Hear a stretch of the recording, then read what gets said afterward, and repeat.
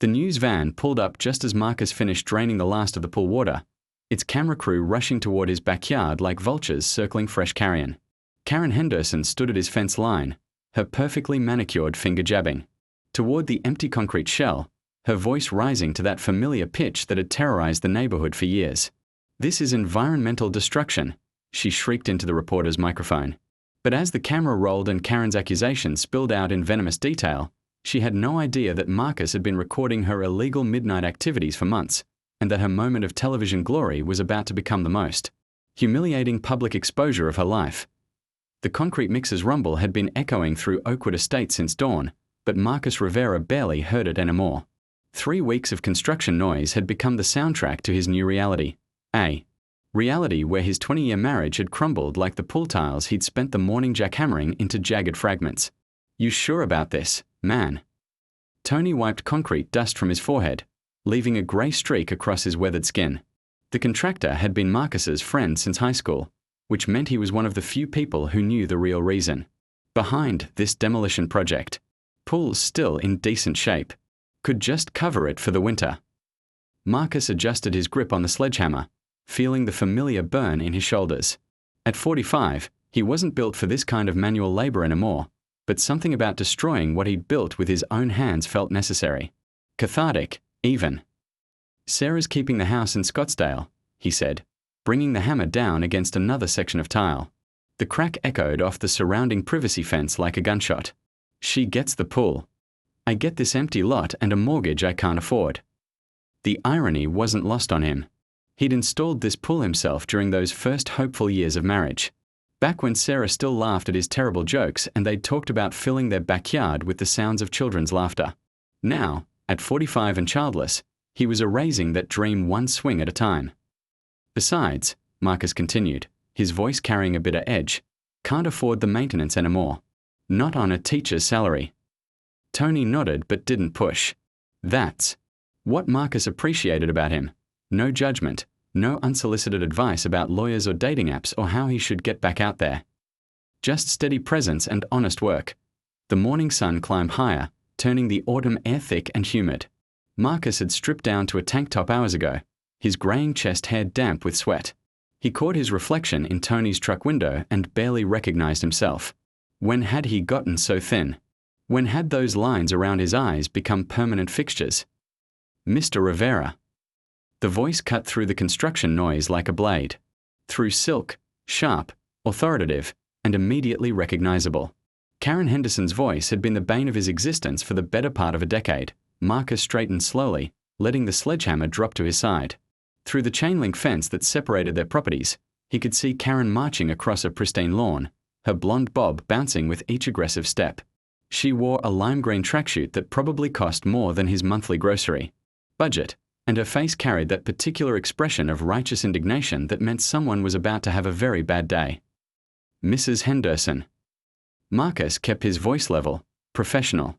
Years of dealing with difficult parents during parent-teacher conferences had taught him that calm responses often diffused volatile situations. Often, but not always. "What exactly do you think you're doing over there?" Karen planted herself at the fence line, her manicured nails gripping the metal links like talons. "Do you have any idea what this is doing to my property values?" Marcus glanced at Tony, who had suddenly become very interested in organizing his tool belt. "Smart man." "I'm filling in my pool," Marcus said simply. "It's my property." "Your property?" Karen's laugh was sharp and humorless. "Your property that backs up to mine? Your property that affects my view? My meditation garden." She gestured toward the elaborate Zen setup she'd installed last spring, complete with imported stones, a babbling brook, and what appeared to be a miniature pagoda. Marcus had always wondered about that meditation garden. For someone who claimed to practice daily mindfulness, Karen seemed remarkably angry most of the time. "I checked with the city," Marcus continued. "No permits required for filling in a pool on residential property. I'm not violating any codes." "Codes?" Karen's voice climbed an octave. "This isn't about codes, Marcus. This is about being a considerate neighbor. This is about community standards. Do you think I want to look out my kitchen window and see a construction site?" You mean like I've been looking at yours for the past 6 months? The words slipped out before Marcus could stop them. He immediately regretted the escalation, but Karen's expression told him there was no going back now. Her face flushed pink beneath her carefully applied makeup. My renovations are improvements. They're adding value to the neighborhood. What you're doing is. She waved her hand toward the empty pool cavity. It's destructive. It's selfish. Selfish. Marcus felt something hot and dangerous rise in his chest. You want to talk about selfish, Karen? Let's talk about your midnight pool parties. Let's talk about your landscaping crew showing up at 6 a.m. on Saturdays. Let's talk about your precious meditation garden blocking the natural drainage, so my basement floods every time it rains. Karen's mouth opened and closed like a fish gasping for air. For just a moment, Marcus thought he'd finally found the words to shut her up. Then her eyes narrowed, and he realized he'd just declared war. You know what? Karen's voice dropped to a dangerous whisper. I've been patient with you, Marcus. I've overlooked the declining state of your property. I've ignored the fact that your lawn hasn't been properly maintained since your wife left you. But this. She pointed at the pool. This affects all of us. And if you won't be reasonable about it, then maybe it's time to involve people who can make you be reasonable. She turned on her heel and stalked back toward her house, her tracksuit rustling like armor. Tony emerged from behind his truck, shaking his head. Man, what did you do to piss off the neighborhood watch queen? Existed, Marcus muttered, but his stomach was already nodding with unease. Karen Henderson wasn't the type to make empty threats. If she said she was going to involve people who can make you be reasonable, she meant it. The rest of the morning passed in tense quiet.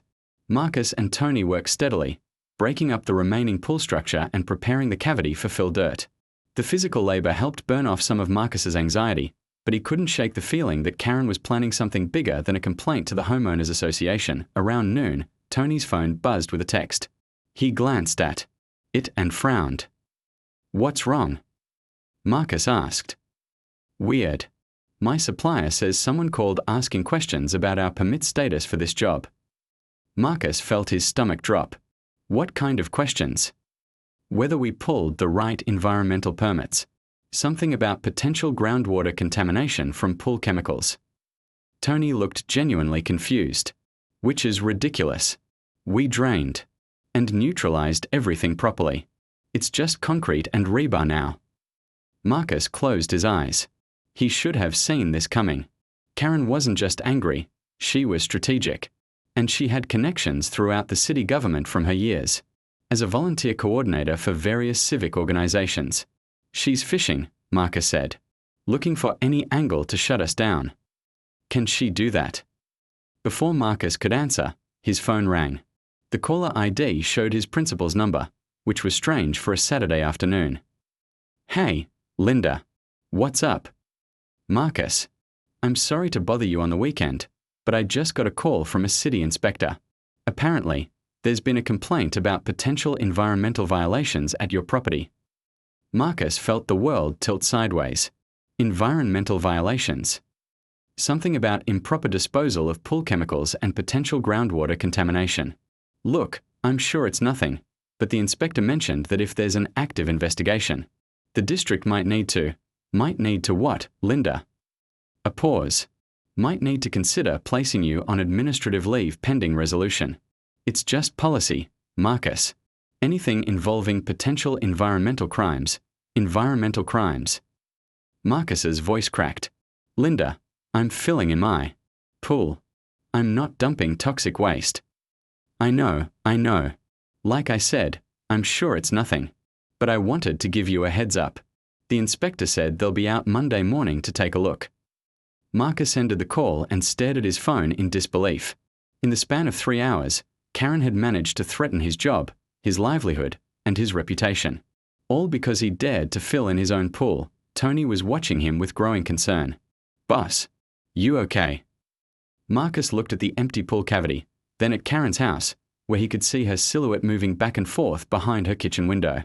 Plotting, no doubt. Planning her next move in whatever elaborate campaign she'd launched against him. No, Marcus said quietly. I don't think I am. But as he stood there, surrounded by concrete dust and broken tiles, Marcus made a decision that would change everything. If Karen wanted to play games, he'd play games. But first, he needed to understand exactly. Marcus had always been a light sleeper, but since the divorce, insomnia had become his unwelcome companion. At 2:47 a.m. on Sunday night, he found himself at his bedroom window again, watching Karen's backyard through the gap in his blinds. For 3 nights straight, she'd followed the same pattern, emerging from her house around midnight, retrieving containers from her garage, and disappearing behind her meditation garden. Tonight would be different. Tonight, Marcus was ready. He'd spent his Sunday at Best Buy, using money he couldn't afford to spend on a high-definition security camera with night vision capabilities. The salesperson, a kid named Trevor with more piercings than common sense, had tried to upsell him on a complete home security system. Just the one camera, Marcus had insisted. And make sure it records everything. Now that camera sat mounted on his bedroom windowsill, angled perfectly to capture Karen's clandestine activities. Marcus had positioned it earlier that evening, testing angles and lighting until he was satisfied with the coverage area. Whatever Karen was hiding, he was going to document every detail. At 12:23 a.m., right on schedule, Karen's back door slid open. Marcus activated the camera's recording function and settled into watch. Through the night vision display, Karen appeared as a ghostly green figure moving deliberately across her yard. She wore dark clothing tonight, unusual for someone who typically favored bright colors, and moved with the careful precision of someone who didn't want to be seen. She disappeared into her garage and emerged moments later carrying 2 large containers. Even through the grainy night vision, Marcus could see they were industrial-grade plastic buckets, the kind used for pool chemicals or construction materials. Karen handled them carefully, setting them down frequently to rest. As she approached her meditation garden, Marcus zoomed the camera in as far as it would go. Karen looked around nervously, a gesture that would have been comical if it weren't so incriminating, then knelt beside her decorative pagoda. What Marcus saw next made his blood run cold. Karen wasn't burying garden supplies or meditation accessories. She was dumping liquid from the containers directly into the ground, creating what appeared to be a makeshift disposal pit hidden behind her elaborate garden decorations. The liquid disappeared quickly into the soil, suggesting she'd done this many times before. Marcus's hand shook as he adjusted the camera settings, desperate to capture every detail. This wasn't just eccentric neighbor behavior, this was environmental contamination on a scale that dwarfed anything Karen had accused him of. After emptying both containers, Karen spent several minutes covering the area with decorative stones and carefully arranging her meditation props to hide any evidence of disturbance. She worked methodically, like someone who'd perfected this routine through repetition. When she finally retreated to her house, Marcus continued recording for another 20 minutes, documenting the scene and establishing a clear timeline. His heart hammered against his ribs as the implications sank. Karen Henderson, the woman who'd threatened his job over imaginary environmental violations, was conducting an actual environmental crime in her own backyard. The irony was so perfect it felt like divine intervention. Monday morning arrived grey and drizzly, matching Marcus's mood as he prepared for what promised to be a difficult day. The city inspector was scheduled to arrive at 10 a.m., and Marcus had spent hours organizing every document related to his pool removal project. At 9:45, a white sedan pulled into his driveway. Marcus watched through his living room window as a middle-aged woman in a khaki uniform climbed out, carrying a clipboard and what appeared to be soil testing equipment. "Mr. Rivera? I'm Janet Mills from the Environmental Compliance Division." The inspector's handshake was firm, her manner professional but not unfriendly. "I understand there's been a complaint about your pool removal project." "Yes, though I'm not sure what the complaint is about, exactly." Marcus led her toward the backyard, where Tony was already waiting with their permit documentation. Janet examined the pool cavity with the thoroughness of someone who'd done this hundreds of times. She took soil samples from multiple locations, tested the remaining concrete for chemical residue, and reviewed every permit and receipt Tony provided. "Your contractor did everything by the book," she said after 40 minutes of inspection. "Proper drainage, chemical neutralization, disposal documentation. I don't see any environmental violations here." Marcus felt a wave of relief, followed immediately by anger. So the complaint was baseless. "Well, that's between you and whoever filed it. But from a regulatory standpoint, you're in full compliance. Janet packed up her testing equipment. The person who called seemed to think, you were dumping pool chemicals directly into the groundwater, but clearly that's not the case. As Janet's sedan disappeared down the street, Marcus found himself staring at Karen's house. She was probably watching from behind her curtains, waiting to see him led away in handcuffs or fined into bankruptcy. Instead, he'd been completely vindicated. But vindication wasn't enough anymore. Not after she'd tried to destroy his career over a lie. That afternoon, Marcus drove to the county extension office, a squat building downtown that housed various municipal departments. He'd called ahead and spoken to a technician in the water quality division, explaining that he had concerns about potential groundwater contamination in his neighborhood. Contamination from what source? The technician, a young woman named Sarah Chen, spread a map of Oakwood estates across a desk. I'm not sure exactly, but I've observed someone disposing of unknown chemicals in their backyard, directly into the soil. Marcus pointed to Karen's property on the map. It's been going on for months, maybe longer. Sarah frowned. That's definitely concerning. Do you have any evidence of this activity? Marcus smiled. As a matter of fact, I do. They spent the next hour reviewing the video footage Marcus had captured. Sarah's expression grew increasingly grave as she watched Karen's midnight disposal. Routine. This is serious, Sarah said finally. Whatever she's dumping, she's doing it systematically and deliberately concealing it. We'll need to conduct soil and groundwater testing immediately. What kind of chemicals could cause this kind of damage? Could be anything. Paint thinners, cleaning solvents, automotive fluids. Even household chemicals can be toxic in large quantities. Sarah made notes on her clipboard. The fact that she's hiding it suggests she knows it's illegal.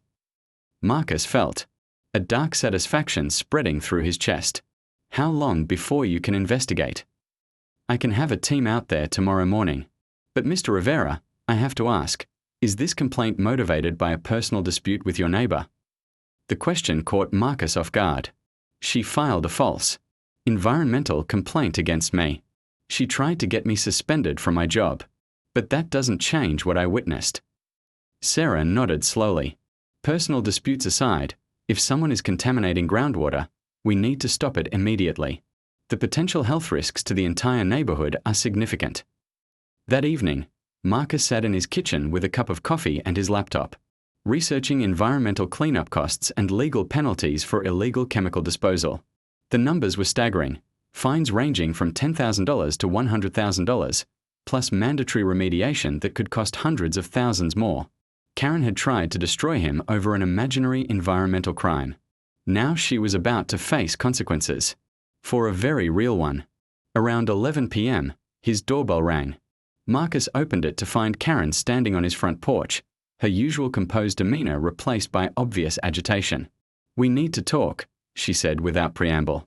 Marcus stepped outside, closing the door behind him. About what, Karen? About whatever vindictive bullshit you're planning. Her voice was lower than usual, but no less hostile. I saw the inspector at your place this morning. I know you passed whatever investigation they conducted. Good news travels fast. Don't play games with me, Marcus. I know you're angry about the complaint, but you need to be very careful about what you do next. The threat was barely veiled, but Marcus felt strangely calm. Is that some kind of warning? It's practical advice. You're a public school teacher, going through a messy divorce. Your reputation is already fragile. If you do anything to retaliate against me, I have connections throughout this city who can make your life very difficult. Marcus studied her face in the porch light. Karen looked older than usual, stressed in a way he'd never seen before. What makes you think I'm planning to retaliate? Because I know you. You're not the type to let things go. You're the type who holds grudges, who thinks the world owes you something because your wife left you and your life fell apart. The words hit harder than Marcus expected, mostly because they contained enough truth to sting. But they also revealed something important about Karen's state of mind. She was scared. Maybe you're right, Marcus said carefully. Maybe I am the type to hold grudges. But here's the thing, Karen, I don't need to retaliate against you. Because, sooner or later, People who do terrible things get caught. It's just a matter of time. Karen's eyes narrowed. What's that supposed to mean? It means that karma has a way of catching up to people. Even people who think they're too smart to get caught. For just a moment, Marcus saw something flicker across Karen's face, a flash of genuine. Marcus woke Tuesday morning to the sound of diesel engines rumbling down Maple Street. He rushed to his front window and felt his pulse quicken. 3 white county vehicles had parked in front of Karen's house, their official logos visible even from his driveway. Environmental Compliance Division. Hazardous Materials Response. Water Quality Testing. Sarah Chen climbed out of the lead vehicle wearing a hazmat suit and carrying what looked like military-grade testing equipment. Behind her, 4 technicians began unloading soil augers, water sampling devices, and containers for evidence collection. Marcus grabbed his coffee and positioned himself at his kitchen window, which provided an excellent view of the unfolding drama. Karen's front door remained closed, but he could see movement behind her living room curtains. She knew they were there. At exactly 8:30 a.m., Sarah approached Karen's front door with an official-looking document in her hand. The doorbell's chime echoed across the quiet neighborhood, followed by absolute silence. Sarah rang again, then knocked, then rang a 3rd time. Finally, Karen's door opened. Even from a distance, Marcus could see the shock on her face as she took in the hazmat suits and testing equipment scattered across her front lawn. Mrs. Henderson. Sarah's voice carried clearly in the morning air. I'm Sarah Chen from the County Environmental Compliance Division. We have a warrant to test your property for potential groundwater contamination. Karen's response was too quiet to hear, but her body language spoke volumes. She stood frozen in her doorway, gripping the doorframe like it was the only thing keeping her upright. Sarah handed her the warrant and began explaining the testing procedure. Marcus watched Karen's face cycle through confusion, denial, and finally, dawning horror as the implications became clear. I need to call my lawyer. Karen's voice suddenly carried across the yards, high and strained. That's your right. But the testing will proceed regardless. We have concerns about potential toxic contamination that could affect the entire neighborhood's water supply. Marcus nearly choked on his coffee. The entire neighborhood's water supply. Sarah wasn't pulling any punches. For the next 3 hours, Marcus watched the environmental team systematically dismantle Karen's meditation garden. They photographed everything before touching it, carefully catalogued each decorative stone and meditation prop, then began drilling soil samples from multiple locations. When they reached the area behind Karen's pagoda, the exact spot Marcus had filmed, their equipment started beeping immediately. Positive readings for chemical contamination, one technician called out, his voice muffled by his respirator mask. Multiple compounds. We are going to need the full hazmat protocol. Marcus saw Karen stumble backward from her kitchen window, her hand pressed to her mouth. Whatever she'd been dumping back there, it was toxic enough to trigger emergency response. Procedures. By noon, Karen's backyard looked like a disaster movie set. Yellow caution tape cordoned off the entire meditation garden area. Technicians in full hazmat gear were excavating contaminated soil and loading it into specialized containers marked with biohazard symbols. The local news van arrived at 12:47 p.m. Marcus felt his stomach drop as he recognized the Channel 7 Action News logo on the side of the white van. A camera crew jumped out, followed by Rebecca Martinez, the investigative reporter who'd made her reputation exposing local corruption scandals. This was about to become very public, very quickly. Rebecca immediately approached the hazmat team, her cameraman filming everything. Marcus couldn't hear the conversation, but he could see Sarah Chen pointing toward the excavation site and shaking her head gravely. Then Rebecca knocked on Karen's door. Marcus grabbed his phone and started recording. Whatever was about to happen, he wanted to capture every moment. Karen answered the door looking haggard and desperate. She'd changed clothes 3 times since morning. Marcus had been watching, and her usual perfect makeup was smeared around her eyes. Mrs. Henderson, I'm Rebecca Martinez from Channel 7 News. Can you comment on the environmental contamination discovered on your property?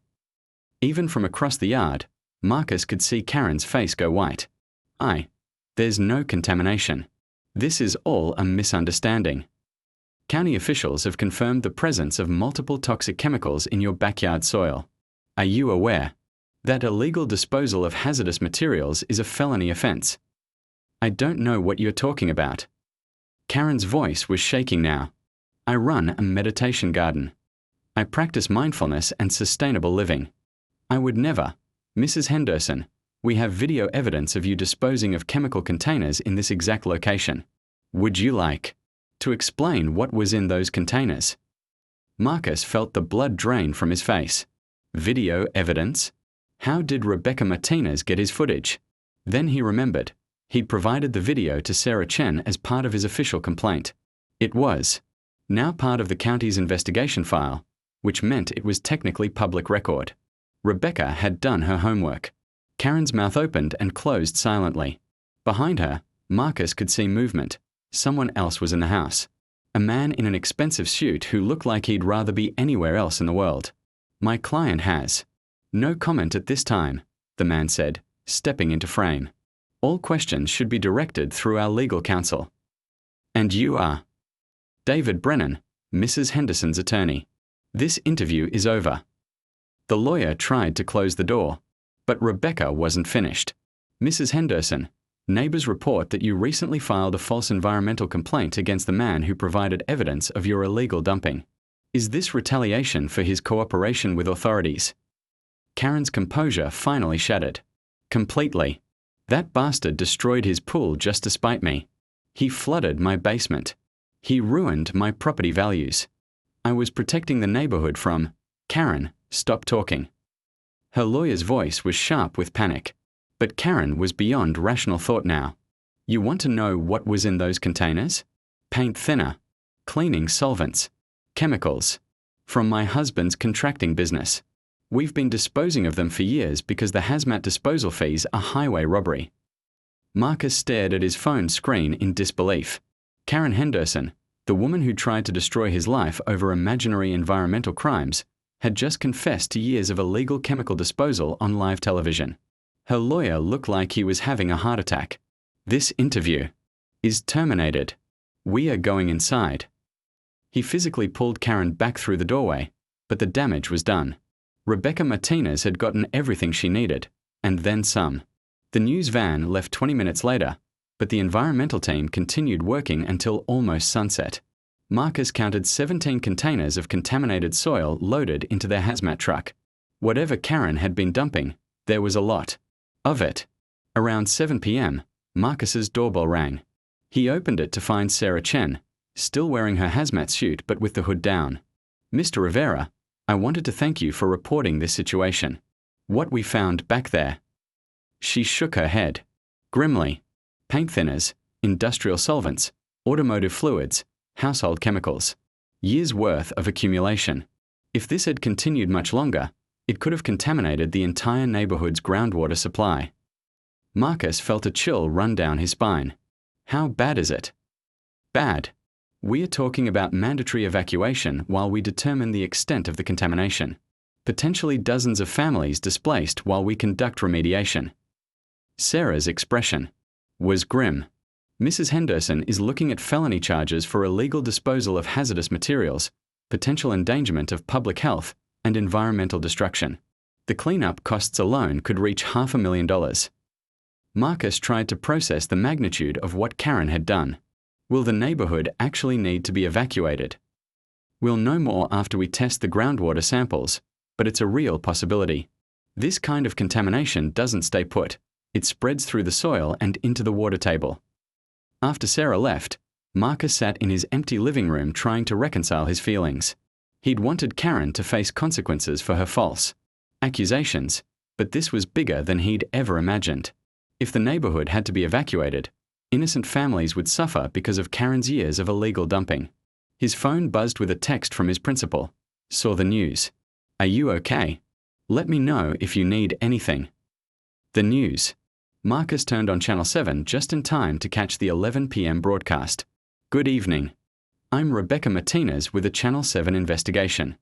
A Oakwood Estates woman is facing felony charges tonight after investigators discovered years of illegal chemical dumping in her backyard, dumping that may force the evacuation of an entire neighborhood. The report showed footage of the hazmat team excavating Karen's yard, followed by clips of her disastrous interview. Watching Karen's on-camera confession was even more devastating the second time. Henderson admitted to disposing of paint thinners, solvents, and other hazardous chemicals on her property for years, citing expensive disposal fees as a motivation. The irony. Just last week, Henderson filed what authorities now confirm was a false environmental complaint against the neighbor who ultimately exposed her illegal activities. Marcus appeared briefly in the background of one shot, and Rebecca's voiceover continued. Marcus Rivera, a local high school teacher, was threatened with job suspension after hand. The first evacuation notice arrived at 6 a.m. Wednesday morning, delivered by a grim-faced county official who looked like he'd rather be anywhere else in the world. Mr. Rivera, I'm Deputy Director Tom Walsh from Emergency Management. I'm afraid we are going to need you to vacate your property within 24 hours. Marcus stood in his doorway in pajamas and a robe, clutching a cup of coffee like a lifeline. How bad is it? Tom consulted his clipboard with the weariness of someone who'd been delivering terrible news all morning. The contamination has spread further than we initially thought. Groundwater tests show chemical infiltration extending at least 3 blocks in every direction from the source. 3 blocks. Marcus did the math quickly. That meant roughly 40 families displaced from their homes, all because Karen Henderson couldn't be bothered to pay proper disposal fees for her husband's business chemicals. How long will we be evacuated? Conservative estimate? 6 months minimum. Could be longer depending on what we find as we dig deeper. Tom's expression softened slightly. I know this is difficult, Mr. Rivera. The county is working on temporary housing assistance for affected residents. After Tom left, Marcus sat at his kitchen table and stared at the evacuation notice. 24 hours to pack up his life and move to where, exactly? He was already struggling financially from a divorce, and now he'd have to pay for temporary housing while still making mortgage payments on a house he couldn't live in. His phone had been ringing constantly since the news broke. Reporters wanting statements, neighbors demanding answers, and 3 different lawyers offering to represent him in potential lawsuits against Karen Henderson. The most surprising call came from an unlisted number around 10 a.m. Mr. Rivera? This is David Brennan, Mrs. Henderson's attorney. I'd like to discuss a potential settlement arrangement. Marcus felt his blood pressure spike. Settlement for what? I didn't do anything wrong. Of course not. But my client's actions have caused significant disruption to your life, and she'd like to make amends before this situation escalates further. Marcus almost laughed. Before it escalates? Your client contaminated half the neighborhood and got herself arrested on live television. How much more escalated can it get? Mrs. Henderson is prepared to offer you $50,000 to sign a non-disclosure agreement and refrain from filing any civil lawsuits related to this matter. $50,000. It was more money than Marcus had ever seen at one time, enough to cover his relocation costs and maybe even put a dent in his legal bills. But something about the offer felt wrong. Why would she want to pay me to stay quiet? The story's already public. A pause. There may be additional aspects of this situation that haven't come to light yet. My client would prefer to resolve all potential claims quickly and quietly. Additional aspects. Marcus felt his investigative instincts prickling. I'll need to think about it. Of course. But I should mention, this offer expires at midnight tonight. After that, Mrs. Henderson's financial situation may be significantly different. After ending the call, Marcus found himself pacing his empty living room. Karen's lawyer was scared about something beyond the environmental charges. Something big enough that she was willing to pay him $50,000 to keep quiet about it. But what could be worse than what had already been revealed? Around noon, Marcus decided to take one last walk around the neighborhood before packing. The evacuation notices had created an atmosphere of controlled panic. Moving trucks lined the streets, families loaded possessions into cars, and clusters of neighbors stood on sidewalks discussing temporary housing options. As he passed Karen's house, Marcus noticed something odd. Despite the evacuation order, there was still activity in her backyard. Not the Hazmat team. They'd finished their evidence collection yesterday. This looked like a private excavation crew. Marcus ducked behind a utility shed that provided a clear view of Karen's property. 3 men in civilian clothes were digging in an area that hadn't been tested yet, working quickly and quietly. Whatever they were looking for, they wanted to find it before the county expanded their investigation. Marcus activated his phone's camera and began recording. After yesterday's success with video evidence, He wasn't taking any chances. The excavation crew worked for about 20 minutes before one of them called out, "Got something." They pulled what looked like a large metal container from the ground, much bigger than the chemical buckets Karen had been dumping. This looked industrial, like something designed to hold significant quantities of hazardous materials. As they loaded the container onto a truck, Marcus caught a glimpse of stenciled lettering on the side, Henderson Contracting, authorized personnel only. Henderson Contracting, Karen's husband's business. Marcus felt pieces clicking into place. Karen hadn't just been disposing of leftover paint and solvents. She'd been running an illegal dumping operation for her husband's entire contracting business, potentially for years, potentially involving far more toxic materials than she'd admitted to on television. His phone buzzed with a text message from an unknown number. "Stop recording or face consequences. This is your only warning." Marcus looked around the empty lot, his heart hammering. Someone was watching him, but from where? He pocketed his phone and walked casually back toward his house, fighting the urge to run. Once safely inside, Marcus immediately called Sarah Chen. "I need to report additional illegal dumping activity at the Henderson property," he said without preamble. "Mr. Rivera, we've completed our investigation at that site. There's more. They're excavating materials right now, trying to remove evidence before you expand your testing area." A pause. "That would be destruction of evidence, which is a federal crime. Are you certain about what you saw?" "I have video footage." "Send it to me immediately. We'll have a team there within the hour." While Marcus uploaded the video to Sarah's secure email, his phone rang again. David Brennan's voice was no longer conciliatory. "Mr. Rivera, I understand you've been trespassing on my client's property and interfering with authorized cleanup activities." "Authorized by whom?" "The property is under county investigation. My client has every right to secure her property and remove personal belongings before evacuation." Personal belongings that happen to be buried in industrial containers marked with her husband's business name. The silence stretched long enough that Marcus wondered if the call had dropped. "Mr. Rivera, you're playing a very dangerous game. There are people involved in this situation who won't appreciate your interference." "Is that a threat?" "It's a reality check. Take the settlement offer. Sign the NDA. Walk away from this before you get hurt." The line went dead. Marcus stared at his phone, his mind racing. Karen's husband ran a contracting business, which many had access to all kinds of industrial chemicals, construction waste, and potentially toxic materials. If they'd been using Karen's backyard as a dumping ground for years, the contamination could be far worse than anyone realized. And if other people were involved, clients, suppliers, maybe even other contractors, the financial liability could be enormous. Enough to motivate very dangerous people to eliminate potential witnesses. Marcus's doorbell rang. Through his peephole, he could see a man in a dark suit standing on his front porch. The man looked patient, professional, and absolutely nothing like a county official or reporter. Marcus didn't open the door. The man knocked once, waited, then walked back to a black sedan parked across the street. He didn't leave, just sat in the driver's seat, watching Marcus's house.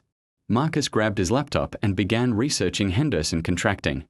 What he found made his stomach turn. The company specialized in industrial cleanup, hazardous material removal, and environmental remediation. They were licensed to handle the exact types of toxic chemicals that had been found in Karen's backyard. The irony was staggering. Karen's husband made his living cleaning up environmental contamination, while using his own backyard as an illegal dumping ground for the waste he was paid to dispose of properly. But more than that, if Henderson Contracting had been dumping client materials in residential neighborhoods, the liability extended far beyond one contaminated backyard. They could be looking at fraud charges, racketeering, and conspiracy to commit environmental crimes. No wonder Karen was willing to pay $50,000 for his silence. As evening approached, Marcus made his decision. He called David Brennan back. "I'll take the settlement," he said. "Excellent. I can have the paperwork ready within an hour, but I have conditions. I want the money in cash, delivered tonight. And I want to meet with Mrs. Henderson personally before I sign anything." "That's irregular. My client is currently in custody. Then get her released on bail. If she wants my signature on an NDA, She can explain to my face exactly what she's trying to hide. Another long pause. I'll see what I can do. As Marcus hung up, he felt a mixture of fear and anticipation. He was about to walk into what could be a very dangerous situation, but he needed to know the full extent of what Karen had done. Not just for his own curiosity, but because if Henderson Contracting had been contaminating other neighborhoods. People needed to know. The black sedan was still parked across the street, its occupant watching his house with professional patience. Marcus loaded high. The meeting was set for 10 p.m. at Denny's on Route 9, public enough to feel safe, late enough to avoid crowds. Marcus arrived 15 minutes early and chose a corner booth with clear sightlines to all entrances. His phone was set to auto-upload any recordings to cloud storage, and he'd left detailed notes about the Henderson Contracting conspiracy with his principal, his lawyer, and Sarah Chen. If something happened to him tonight, the truth wouldn't die with him. Karen walked in at exactly 10 p.m., flanked by her lawyer and a man Marcus didn't recognize, tall, broad-shouldered, with the kind of presence that suggested violence was always an option. She looked haggard, older than her 53 years, wearing a wrinkled business suit that suggested she'd come straight from jail. Mr. Rivera. Karen slid into the booth across from him, her lawyer taking the seat beside her. The third man remained standing, positioned where he could watch the entire restaurant. Karen, you look terrible. A flash of her old anger sparked in her eyes, then died just as quickly. Let's skip the pleasantries. David says you're willing to sign the NDA for $50,000. Cash is in the briefcase. She nodded toward a leather case the lawyer placed on the table. All you have to do is sign these documents and promise to forget everything you think you know about my family's business. Marcus opened the briefcase and stared at more money than he'd ever seen in person. $50,000 in neat stacks of hundreds. Enough to solve his immediate financial problems and give him a fresh start somewhere else. Before I sign anything, I need to understand what I'm promising to forget. Karen's jaw tightened. You're promising to forget that you ever saw anything unusual in my backyard. You're promising not to pursue any civil litigation related to the evacuation. You're promising to decline any media interviews about this situation. And what about Henderson Contracting's illegal dumping operation? The effect of his words was immediate and electric. Karen went pale, her lawyer started shuffling papers frantically, and the standing man's hand moved toward his jacket. I don't know what you're talking about, Karen said, but her voice lacked conviction. Marcus pulled out his phone and placed it on the table, the screen showing a paused video of the afternoon's excavation. Industrial containers buried in your backyard, marked with your husband's business logo. Chemical waste from construction. Sites, probably dozens of them, dumped illegally in residential neighborhoods. David Brennan leaned forward, his voice urgent. Mr. Rivera, you're making very serious accusations without evidence. I have evidence. Hours of video footage, soil contamination reports, and a very interesting conversation I had this afternoon with a former Henderson Contracting employee. That last part was a bluff, but the reaction told Marcus he'd hit the mark. Karen's composure cracked completely. You don't understand what you're dealing with, she whispered. This isn't just about my backyard. Mike's business. The clients he works for. Some of them aren't the kind of people who tolerate problems. What kind of clients? Karen looked around the restaurant nervously, then leaned across the table. Industrial facilities that generate toxic waste. Chemical plants. Manufacturing companies. They pay Henderson Contracting to dispose of hazardous materials properly, but the disposal fees are enormous. So Mike started cutting corners by dumping it in residential neighborhoods. It was supposed to be temporary, small amounts, properly contained, until we could find a permanent solution. But the business grew, and the client started demanding lower prices, and Karen's voice trailed off. Marcus felt sick. How many neighborhoods, Karen? I don't know exactly. Maybe 8 or 10 locations across the county. 8 or 10 neighborhoods. Potentially thousands of families exposed to toxic contamination. Because Mike Henderson wanted to maximize his profit margins. And you went along with this. I didn't have a choice. Karen's voice rose, then dropped again as she noticed other patrons looking their way. Mike said if I didn't cooperate, if I caused problems, his clients would handle the situation themselves. The standing man cleared his throat softly, and Karen flinched. Which brings us to tonight, Marcus said, understanding flooding through him. This isn't really about paying me off. It's about cleaning up loose ends before your husband's clients decide you've become a liability. Karen's eyes filled with tears. Take the money, Marcus. Sign the papers. Walk away from this before it destroys both of us. Marcus stared at the briefcase full of cash, then at Karen's terrified face, then at the man whose hand was still positioned near his jacket. The smart thing would be to take the money and disappear. Start over somewhere else and let someone else deal with the Henderson contracting conspiracy. But 8 or 10 neighborhoods. Thousands of families. Children playing. In contaminated soil, drinking poisoned water, breathing toxic air. Also, Mike Henderson could pocket disposal fees and his clients could save money on environmental compliance. Marcus closed the briefcase and pushed it back across the table. Keep your money, Karen. Marcus, please. I'm not signing your NDA. I'm not staying quiet about Henderson contracting. And I'm sure as hell not letting you cover up the poisoning of entire neighborhoods because you're scared of your husband's clients. The standing man took a step forward, but Marcus was ready for him. Before you do anything stupid, Marcus said loudly, you should know that I've already shared everything I know with the FBI's Environmental Crimes Task Force.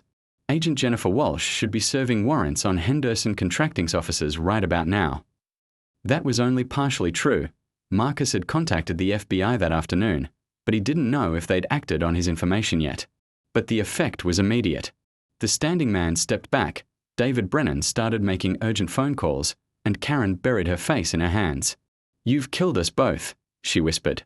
No, Karen. You killed yourselves the moment you decided that making money was more important than people's lives. Marcus stood to leave, then turned back. For what it's worth, I'm sorry it came to this. If you'd just let me fill in my pool in peace, none of this would have happened. My pool complaint wasn't about your renovation, Karen said quietly. Mike needed a distraction while his crew removed evidence from our backyard. The environmental investigation, the media attention, it was all supposed to focus on you while we cleaned up our mess. The final piece of the puzzle clicked into place. Karen's vindictive complaint hadn't been about spite or property values or neighborhood standards. It had been a calculated diversion to cover up her husband's crimes. But the investigation found actual contamination. Years' worth. We couldn't remove it all without heavy equipment, and we couldn't bring in heavy equipment without attracting attention. Karen laughed bitterly. So I tried to make you the villain, hoping everyone would be too focused on your fake environmental violations to notice our real ones. Instead, you led the investigators straight to your backyard. The irony is fucking perfect, isn't it? As Marcus walked toward the restaurant exit, Karen called out one last time. Marcus, when this all comes out, the conspiracy, the cover-up, all of it, remember that I tried to warn you. Some of Mike's clients, they don't just dump chemicals. They dump people too. Marcus paused at the door, feeling a chill that had nothing to do with the October night air. Then he walked outside, got in his car, and drove straight to the FBI field office downtown. By morning, the Henderson contracting scandal had exploded across every news outlet in the state. Mike Henderson was arrested at his office while trying to destroy computer files. 6 of his clients, including 2 major chemical manufacturers, were named in federal indictments for conspiracy to commit environmental crimes. The FBI had raided dumping sites in 12 different neighborhoods, finding contamination levels. That made Karen's backyard look like a minor spill. Marcus watched the coverage from a hotel room across town, having decided that staying at his evacuated house wasn't the safest option while federal agents rounded up environmental criminals. His phone rang constantly. Reporters, FBI agents, lawyers representing contaminated neighborhoods, and environmental groups offering him awards for whistleblowing. But the call that surprised him most came from Rebecca Martinez at Channel 7. Mr. Rivera, I wanted to let you know that Karen Henderson contacted our newsroom this morning. She's agreed to a full interview about the Henderson contracting conspiracy, including details about which neighborhoods were contaminated and which clients were involved. Is she in protective custody? FBI safe house. Apparently, she's decided that full cooperation with federal investigators is safer than trying to protect her husband's business associates. Marcus felt a strange mixture of relief and vindication. Karen had finally chosen to do the right thing, even if it had taken the complete destruction of her life to get there. There's something else, Rebecca continued. Mrs. Henderson specifically asked me to tell you something. She said, "Tell Marcus that karma isn't just beautiful, it's thorough." 3 months later, Marcus stood in his backyard watching a crew install a new swimming pool. The environmental cleanup had taken longer than expected, but federal disaster relief funds had covered his temporary housing costs, and the class action settlement against Henderson Contracting had provided enough money to